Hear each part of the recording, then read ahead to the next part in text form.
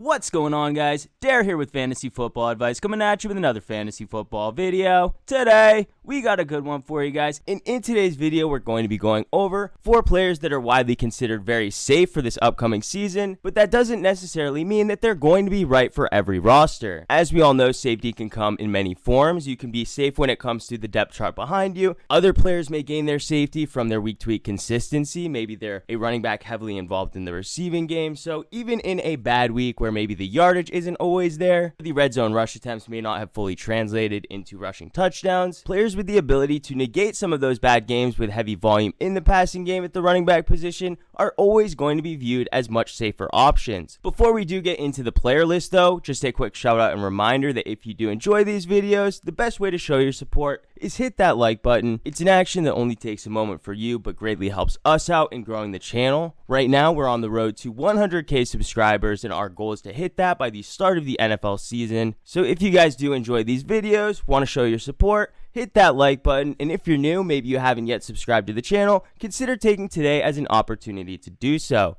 Also, guys, our draft packages are available now. If you want access to our tier-based rankings, our sleepers, our targets, our busts, access to our private Discord community group, and more, once again, you can reach that at our website, thefantasyfootballadvice.com, link as always in the description box below. With that being said though, it's time to hop over to our stat of the day. Yesterday's stat of the day was 2 quarterbacks had at least 60 pass attempts in a game last season. Joe Burrow was one of them. Who was the second quarterback? The correct answer was actually Jared Goff. So congratulations to Joseph Guidry, the first to get this right on YouTube. And as for Twitter, at Tyler_Eschleman. Once again, congratulations to both of you. But as for today's stat of the day, last season, 3 players had a game in which they had at least 32 carries. Derrick Henry and Dalvin Cook were 2 of those 3 running backs. Which was the third other running back? Leave your answer in the comment section down below. We'll be happy to let you know who wins in tomorrow's video. Alright guys, without further ado, it's time to get right into the video, and as per usual, we'll begin with the player listed on the thumbnail, none other than Aaron Jones of the Green Bay Packers.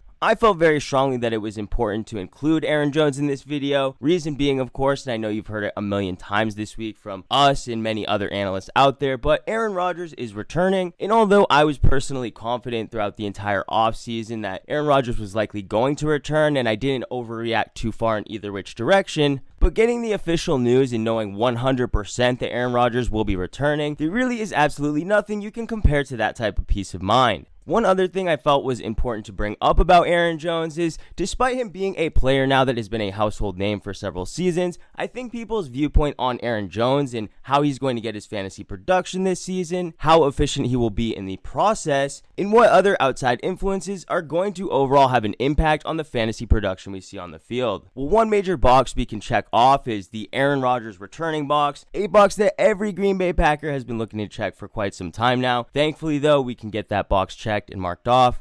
And while typically a move like this would get us all on the same page and have pretty reasonable expectations across the board for what we can expect from Aaron Jones for 2021, but whenever I'm having discussions about Aaron Jones, I find it difficult to get everybody on the same page, meaning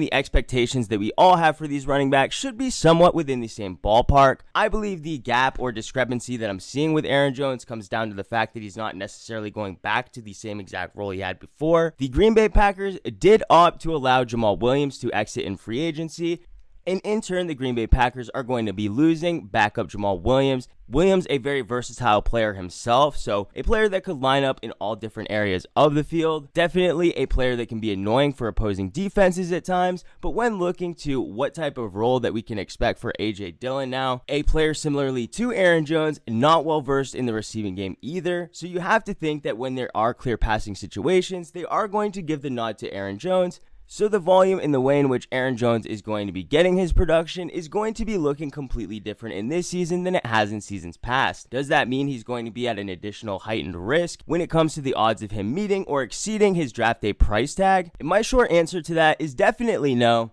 Change can be scary, nobody's denying that, but when it comes to running backs and the type of volume that we want from running backs, we want that role in the receiving game, that short and intermediate passing routes out of the backfield.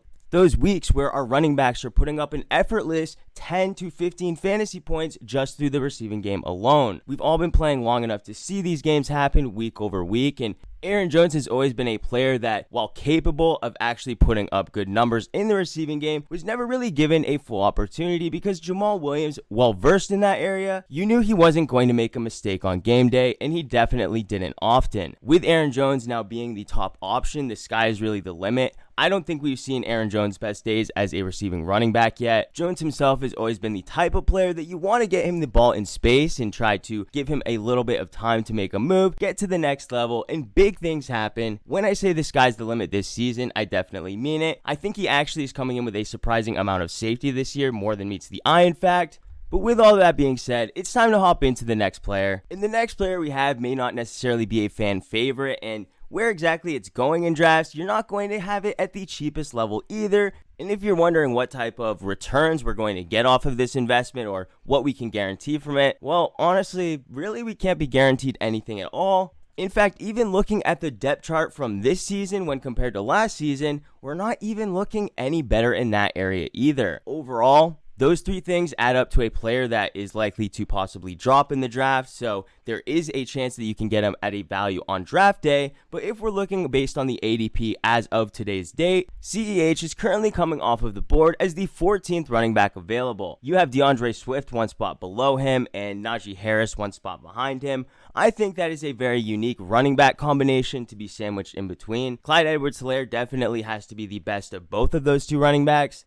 As many of you know, because you're doing the same research that we're doing when it comes to preparing for our fantasy drafts, there are some reasonable criticisms that Najee Harris has heading into 2021. Many of the concerns don't necessarily come down to Najee Harris and his own individual ability. The concerns with Najee Harris and the potential for him to disappoint where he's currently being drafted largely comes down to the offense that he's in, and Big Ben also getting older. It is virtually a guarantee that the best seasons we've ever seen from Big Ben are far behind him. While I could potentially see Big Ben play a role where he is just going to step in and virtually do the bare minimum just to try to help this team that could be on the cusp of getting either a Super Bowl ring or making a deep run at the very least.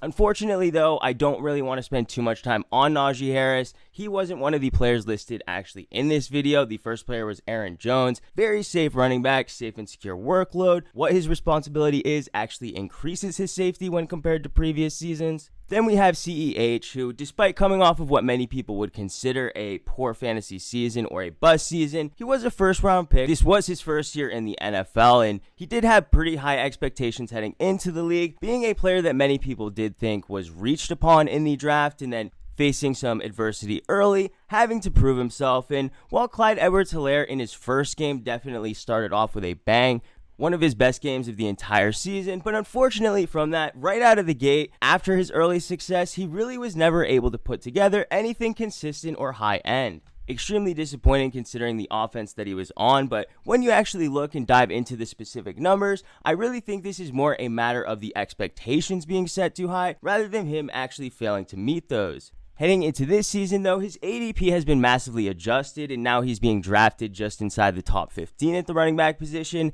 So unlike last season where Clyde Edwards-Helaire was going in a stage of the draft where in order to meet or possibly exceed what you paid for him on draft day, he would have to completely smash it out of the park. Now, with him being drafted just inside the top 15, Clyde Edwards-Helaire isn't going to be having to do all that much on his own to meet that draft cost, and that leaves open the door for a lot of room for upside within that pick. I think that there is a stronger chance that CEH actually exceeds his draft ADP as opposed to ultimately finishing outside of the top 15. I would definitely bet on CEH for that bet, and with him having no substantial injury history of note, it's easy to see why CEH is one of the safest picks we have heading into the 2021 season. But it's time to move into the next player. It's a wide receiver, and I felt nearly forced to include this player, but I won't need to harp on him too long because this is going to be a PSA, a friendly reminder from your friends at Fantasy Football Advice. Every season, we feel forced to tell you guys to draft Robert Woods because if we don't remind you, if we don't bring up his past year's production, what he cost this year, and what his price tag has been heading into previous season's drafts, because every time we look into Robert Woods and we run the numbers each season, without fail, Robert Woods is coming in several spots lower than where he actually should be. On top of that, if that wasn't great enough, the type of volume that Robert Woods actually receives and how he gets his fantasy points comes in the way of massive targets And whenever a player is receiving his production in the form of heavy volume, that means his week-to-week consistency is also going to be high, thus adding into the safety he has at the wide receiver position. And currently, Robert Woods is coming off the board as the wide receiver 15. So let this be a reminder to myself and you guys, let's not forget about Woods this season. Let's get at least one share of him if we can, and if we miss him, definitely get a share of some LA Rams. And if we miss him, at least make it a point to get a share of at least one Rams player. This is definitely an offense we're getting behind this season. But let's move into the final player we have on this list. It's going to be the only player listed on here that is an actual avoid, something that's pretty contradictory when we use the term safe. And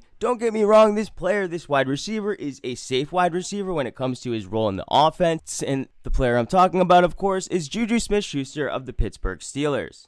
Right off the bat, I feel bad for any wide receiver that had to be a free agent this year, because heading into the free agent class this season, it was really difficult for any of them to have too many options because the cap space for the first time was actually decreasing year over year. Typically, the way that NFL teams and franchises set themselves up is basically to rely on the pay increase, which is something that was basically guaranteed for each team because, again, like I had mentioned, each season, year over year, these teams were getting increased pay year over year, so this was something that they had become accustomed to. So bringing that money and using it to pay for your next acquisitions, it just completely makes sense. But with this year being completely different and teams not actually getting a raise, it was really difficult for them to know how much money they could allocate to these players because it completely threw off their numbers. Also for the players, them not knowing what they should accept, or maybe if they should take a short-term deal and then hope that the financial situation then flips back to what it should be, and then at that point sign a more long-term deal. Obviously, each option comes with its own risks, and considering that this is something completely new to everyone in the NFL,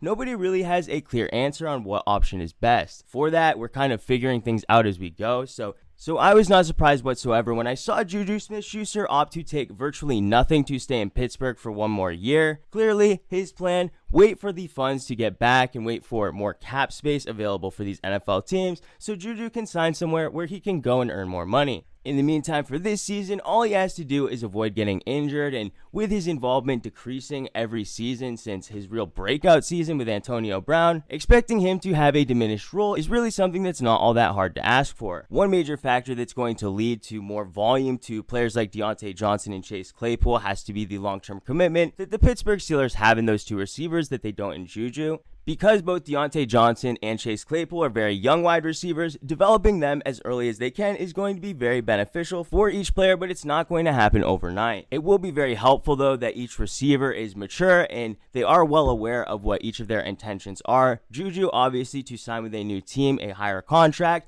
JuJu's not going to worry if he's not getting all of the volume, because JuJu isn't the only one that doesn't have a long-term commitment to the team. The team itself doesn't have a long-term commitment to him either. Clearly, no need for him to put his body on the line when it's not necessary, so we can all be in agreement with that. And with players like Diontae Johnson and Chase Claypool both hungry and looking to develop, don't be surprised to see those guys putting their body on the line each and every week, but also improving rapidly. As we know, the Pittsburgh Steelers, one of the best teams at not only drafting wide receiver talent, but developing it as well. So for me personally, I'm not going to be surprised to see the Pittsburgh Steelers offense and wide receiver room specifically compete for going to be one of the league's best. It may take some time to develop. It may not be seen until about the midway part of the season, but I also wouldn't be surprised whatsoever to see them making some flashy plays right out of the gate. But guys, that's going to do it for this video. We really hope you enjoyed. If you did, how about hitting that like button? If you're new to the channel, please hit that subscribe button. Thank you all for watching. We'll catch you on the next one.